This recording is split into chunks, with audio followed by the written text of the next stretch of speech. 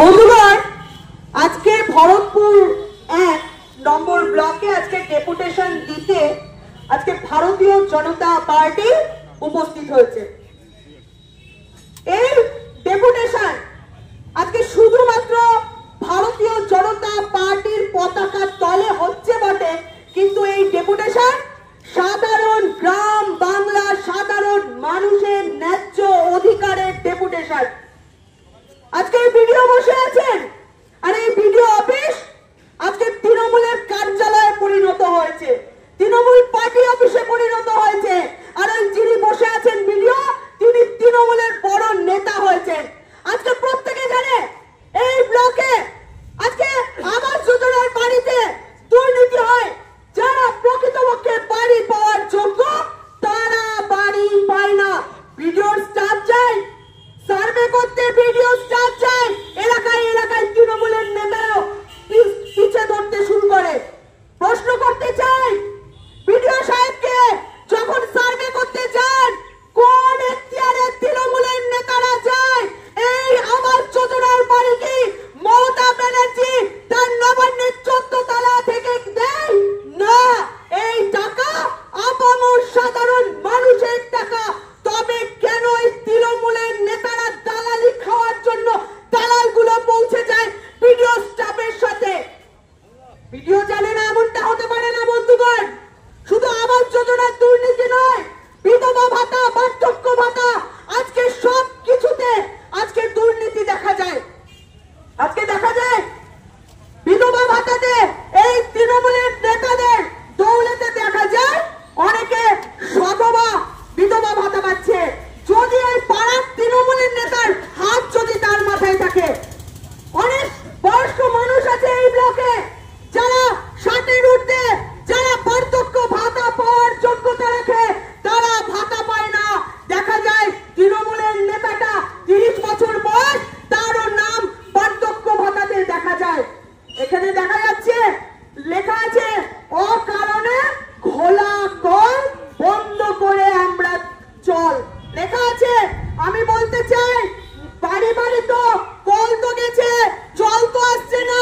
এই লেখাটা মুছে দিন, কারণ অকারণে জল ব্যয়ের কোনো প্রশ্নই আসে না। বাড়িতে কল গেছে, জল আর আসছে না। সাধারণ মানুষ বলছে, ভরতপুরের ব্লকের মানুষ বলছে দিদি জল পাচ্ছি না। তাই বলতে চাই এই লেখাটা মুছে দেবেন। আমার এই দিকে দেখা যাচ্ছে, আমার ডান সাইডে দেখা যাচ্ছে লেখা আছে, দেখতে পাচ্ছি না, আমার পাড়া আমার সমাধান। কি লেখা আছে?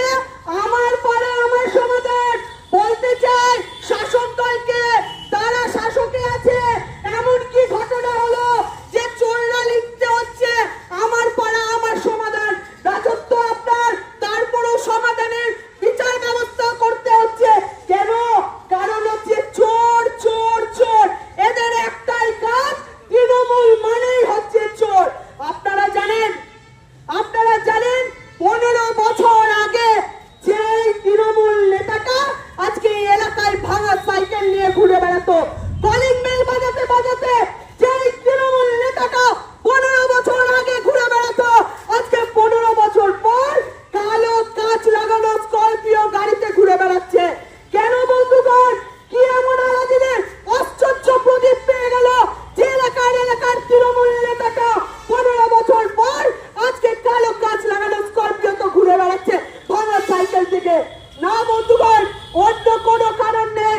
কোন আলাদিনের আশ্চর্য প্রদীপের টাকা নয়, এই টাকা আমার আপনার গ্রাম বাংলার সাধারণ মানুষের ন্যায্য অধিকারের টাকা। এরা চুরি করে আজকে এই জায়গায় পৌঁছেছে। আমরা জানি ভরতপুরের বিধায়ক হুমায়ুন কবিরের কথা। একটু আগে ছিলেন ব্লক সভাপতির গাড়ি ছিল, ভাবলাম উনি থাকবেন, ওনার সাথে সৌজন্য সাক্ষাৎ হবে। যাই হোক, উনি ছিলেন না। বলতে চাই এলাকায় বহু তৃণমূল নেতারা আছে, বলতে চাই আপনাদের ভোট আসছে দুজনের মধ্যে, আর গুটাগুটি ছেড়ে সাধারণ মানুষের জন্য উন্নয়ন করুন। কোন হুমায়ুন ভার্সেস তার চাই যা চলছে আমরা দেখছি, সাধারণ মানুষ দেখছে। যা করবেন করুন, সাধারণ মানুষের উন্নয়নটা আগে করতে হবে, আর না হলে ছেড়ে দিতে হবে ভারতীয়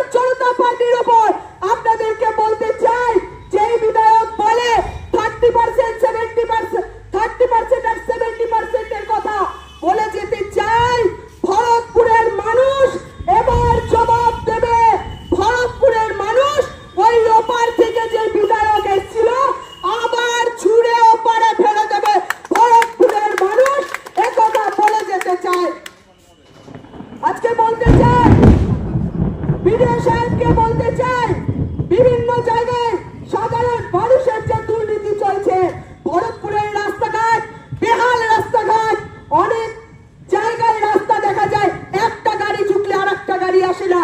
কিসের উন্নয়ন? এলাকার নেতারা বলে উন্নয়নের কথা, উন্নয়ন কোথায় হয়েছে জিজ্ঞেস করতে চাই এলাকার তৃণমূলের নেতাদেরকে। উন্নয়ন যদি হয়ে থাকে, এলাকার কোনো উন্নয়ন হয়নি। উন্নয়ন যদি হয়ে থাকে, তৃণমূল নেতাদের পকেটের উন্নয়ন হয়েছে। বন্ধুগণ, আপনার আমার সাধারণ মানুষের কোনো উন্নয়ন হয়নি। আজকে পাশের বিধানসভা, বড় বিধানসভার যিনি বিধায়ক জীবন কৃষ্ণ, মুর্শিদাবাদেরই বিধায়ক, আজকে লজ্জা লাগে তাকে কোমরে দড়ি পরিয়ে দুবার ইডি টানতে দিয়ে যায়। লজ্জা লাগে। এই লজ্জা সাধারণ মানুষের লজ্জা। চাকরি চুরির দায়ে আজকে তৃণমূলের নেতা মন্ত্রীরা আজকে জেলে। শুধু চাকরি চুরির দায়ে কেন, রেশন চুরিতেও আজকে তৃণমূলের নেতারা জড়িয়ে আজকে জেলে। তৃণমূলের নেতারা বড় বড় কথা বলে, আরে যেই দলের নেতা মন্ত্রী চুরি করে জেলে যায়, সেই দলের কোনো কথা সাধারণ গ্রাম বাংলার মানুষ শুনবে না। মানুষ এর জবাব দেবে, 2026-এ জবাব দেবে মানুষ। আজকে যে শিক্ষিত বেকার ছেলে, যুবক যুবতীরা আজকে শিক্ষিত হয়ে বাবা মার স্বপ্ন পূরণ করার জন্য দিন রাত পড়াশোনা করে আজকে